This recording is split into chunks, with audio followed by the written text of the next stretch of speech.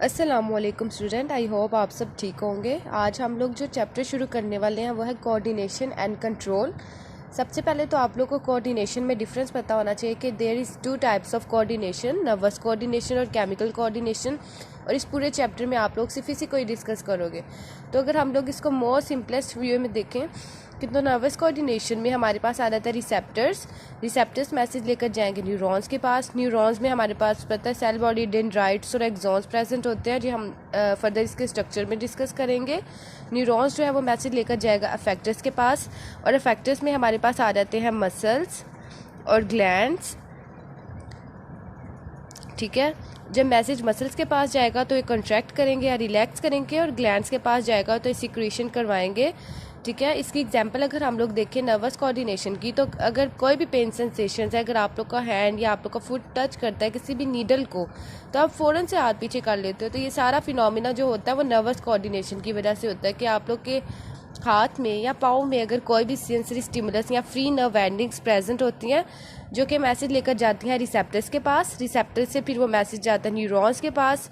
Neurons जो है वो हमारे पास सीएनएस में यानी कि ब्रेन और स्पाइनल कॉर्ड में प्रेजेंट होते हैं। वहाँ से मैसेज जाता है अफेक्टर्स के पास यानी कि मसल्स के पास, ताकि हम लोग जो मसल्स है वो पाँव के या हाथ के उसको कॉन्ट्रैक्ट कर सकें और फ़ौरन से उसको पीछे कर सकें। ठीक है, so that's happen with in seconds, और आप अपना हाथ या पाँव पीछे कर लेते हो।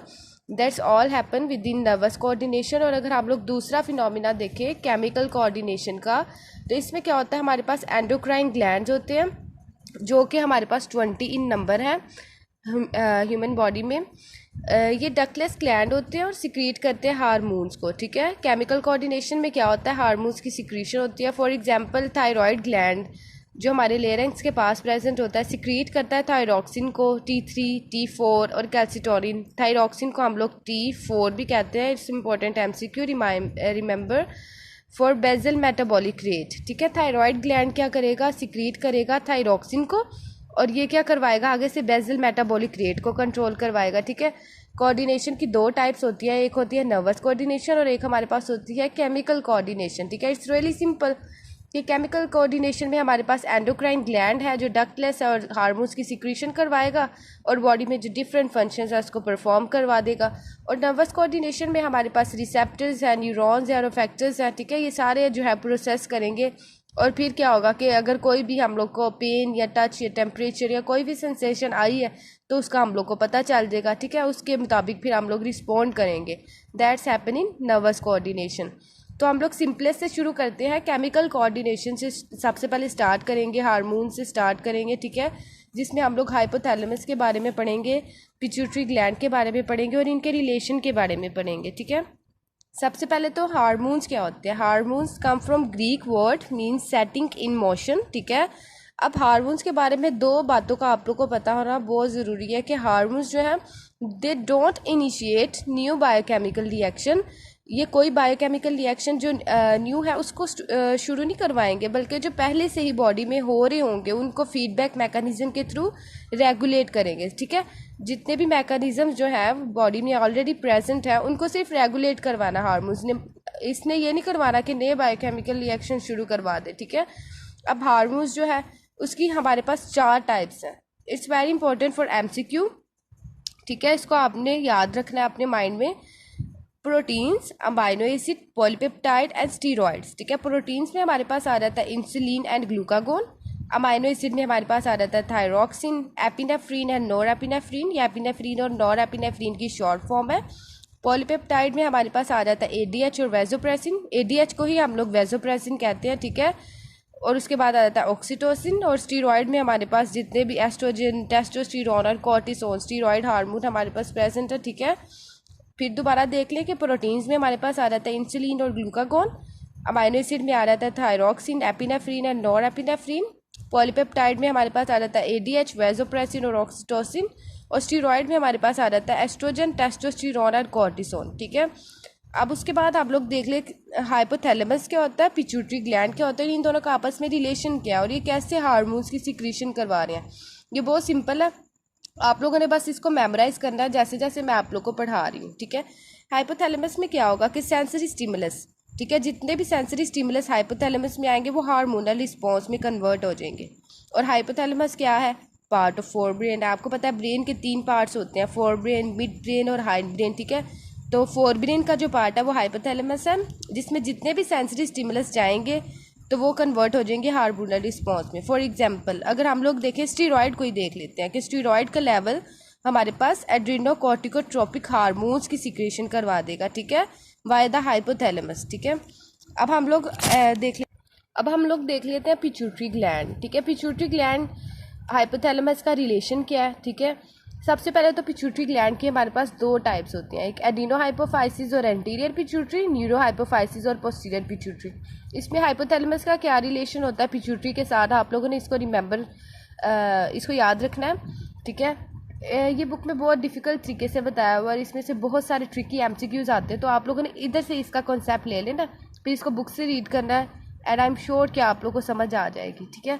तो first of all posterior pituitary में क्या होता है कि हाइपोथैलेमस प्रोडक्शन करवाता है एडीएच की और ऑक्सीटोसिन की, ठीक है। जो पोस्टीरियर पिट्यूटरी के 2 हार्मोन्स होते हैं, एडीएच और वैसोप्रेसिन और ऑक्सीटोसिन, तो क्या करवाता है हाइपोथैलेमस? इनकी प्रोडक्शन, और उसके बाद इसको ब्लड से भेज देता है पोस्टीरियर पिट्यूटरी में ताकि यहाँ पर स्टोर हो जाए, और जब भी कोई सेंसरी स्टिमुलस आए तो पोस्टीरियर पिट्यूटरी इसको रिलीज करवा दे हार्मोन्स को, जिसमें ऑक्सीटोसिन और एडीएच आ रहा था। लेकिन एंटीरियर पिट्यूटरी में हमारे पास क्या होता है कि सिक्रीशन करवाता है हाइपोथैलेमस रिलीजिंग और इनहिबिटिंग फैक्टर्स की, ठीक है। रिलीजिंग फैक्टर और इनहिबिटिंग फैक्टर्स की सिक्रीशन करवाता है जो ब्लड से एंटीरियर पिट्यूटरी के पास जाते हैं। एंटीरियर पिट्यूटरी फिर उसके बाद हार्मोन्स की प्रोडक्शन करवा देता है, ठीक है। इस पे डिफरेंस आप लोगों ने याद रखना है कि हाइपोथैलेमस जो है एंटीरियर पिट्यूटरी में सिर्फ रिलीजिंग और इनहिबिटिंग फैक्टर्स की प्रोडक्शन करवा रहा है, लेकिन पोस्टीरियर पिट्यूटरी के हार्मोन्स की प्रोडक्शन करवा रहा है जो आगे से पोस्टीरियर पिट्यूटरी में स्टोर होंगे, और जो एंटीरियर पिट्यूटरी के हार्मोन्स जो बनेंगे वो एंटीरियर पिट्यूटरी से ही बनेंगे, ठीक है। Hypothalamus produce the hormones of posterior pituitary and then via the blood they send it toward the posterior pituitary, ठीक है, यहाँ पर स्टोर होने के लिए भेज देगा। लेकिन जो एंटीरियर पिट्यूटरी के हार्मोन है वो एंटीरियर पिट्यूटरी खुद बनाएगा, हाइपोथैलेमस नहीं बना के देगा, उसको सिर्फ रिलीजिंग और इनहिबिटिंग फैक्टर्स ही बना के देगा। अब हम लोग देख लेते हैं कि पोस्टीरियर पिट्यूटरी में हार्मोन्स कौन कौन से आ जाते हैं और एंटीरियर पिट्यूटरी में हार्मोन्स कौन से आ जाते हैं, इनका फंक्शन क्या है, और बेसिक सिनेरियो आप लोगों ने याद रखना है, तो आगे से बहुत ईजी हो जाएगा आप लोग के लिए। तो first of all pituitary gland के हमारे पास 3 लॉब्स आ जाते हैं, anterior lobe, median lobe and posterior lobe. जैसे हम लोगों ने इसमें देखा है पोस्टीरियर पिट्यूटरी जो है एडीएच और ऑक्सीटोसिन की प्रोडक्शन करवा रही है, तो बिल्कुल सेम उसी तरह पोस्टीरियर पिट्यूटरी लॉब जो है वो क्या करवाएगा, एडीएच और ऑक्सीटोसिन की प्रोडक्शन करवाएगा। एंटीरियर लॉब में हमारे पास आ जाएंगे ट्रॉपिक हार्मोन्स, ग्रोथ हार्मोन, जिसमें उसके अलावा gonadotropic hormone, thyroid stimulating hormone, ठीक है। मीडियन लॉब में हमारे पास मेलानोसाइट्स आ जाएंगे, ठीक है, मेलानोफोर सिक्रेटिंग हार्मोन आ जाएंगे। सबसे पहले अगर हम लोग देख ले पिट्यूटरी ग्लैंड को हाइपोफाइसिस सेरेब्री भी कहा जाता है, ये अलग ही मतलब ब्रेन को अगर हम लोग देखें तो दैट इज पिट्यूटरी ग्लैंड, और ये वाया हाइपोफाइसिस सेरेब्री जो है इनफंडिबुलम के जरिए से, इस स्टाक को हम कहते हैं इनफंडिबुलम,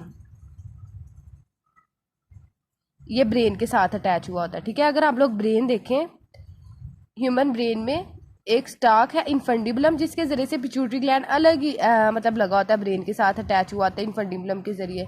और पिट्यूटरी ग्लैंड का अगर हम लोग डायमीटर देखें तो that is 0.5 gram in diameter.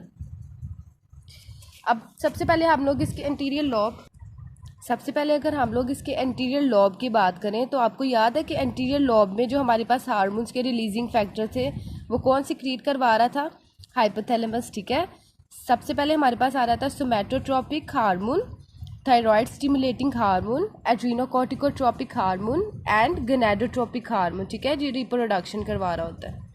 सोमैटोट्रोपिक hormones का रिलीजिंग फैक्टर है सोमैटोट्रोपिक रिलीजिंग फैक्टर, ठीक है, इसको रिलीज कौन करवाएगा, हाइपोथैलेमस, ठीक है, राइट।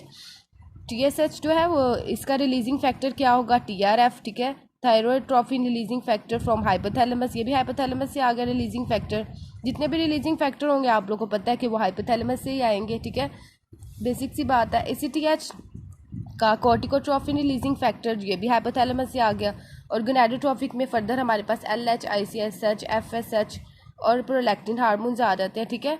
इनको अगर हम लोग देखें तो gonadotropic hormone, interstitial cell stimulating hormones and follicle stimulating hormone और प्रोलैक्टिन। ठीक है, प्रोलैक्टिन जो है वो मिल्क प्रोडक्शन करवाता है। ठीक है, इसका बॉडी में कोई इतना खास फंक्शन नहीं है, सिर्फ मिल्क प्रोडक्शन करवाता है। आप लोगों ने इतना याद रख लेना है। तो सबसे पहले अगर हम लोग एंटीरियर लोब में सोमैटोट्रोपिक रिलीजिंग फैक्टर को देखें कि हाइपोथैलेमस ने इसको रिलीज करवा दिया, ब्लड से गया एंटीरियर पिट्यूटरी के पास, ताकि एंटीरियर पिट्यूटरी क्या करेगा, हार्मोन की प्रोडक्शन करवाएगा, यानी कि सोमैटोट्रोपिन हार्मोन और ग्रोथ हार्मोन की प्रोडक्शन करवाने के बाद इसका बॉडी में कोई फंक्शन भी तो होगा ना, ये ग्रोथ करवाएगा बॉडी में। ठीक है, सोमैटोट्रोपिक हार्मोन्स क्या करवाएंगे, ग्रोथ करवाएंगे बॉडी की, और ये पूरे मैकेनिज्म के थ्रू होती है कि सबसे पहले रिलीजिंग फैक्टर आ गया हाइपोथैलेमस से, फिर वो ब्लड से एंटीरियर पिट्यूटरी में गया, एंटीरियर पिट्यूटरी ने फिर हार्मोन्स को सीक्रेट करवाया और फिर उसने अपना फंक्शन परफॉर्म किया।